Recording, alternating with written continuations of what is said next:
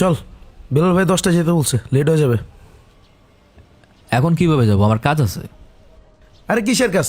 ভাইয়ার আজকে শো আছে। আজকে যদি লেট করস তাহলে কিন্তু আর দেখাই হবে না। না না না, লেট হবে না।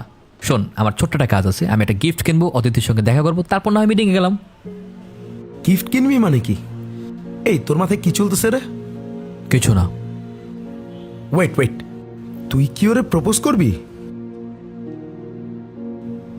জানি না, অনেক দিন তো ওয়েট করলাম। ও আজকে আমাকে ডাকছে, কিছু একটা বলতে চাই, আর আমি শিওর ও আমাকে কি বলবে। আমি জানি ও এটাই বলবে, আমি শিওর। ভাই দেখ, আজকের মিটিংটা অনেক ইম্পর্টেন্ট। তুই বুঝতেছস তোর কে ডাকছে? বেলাল খান।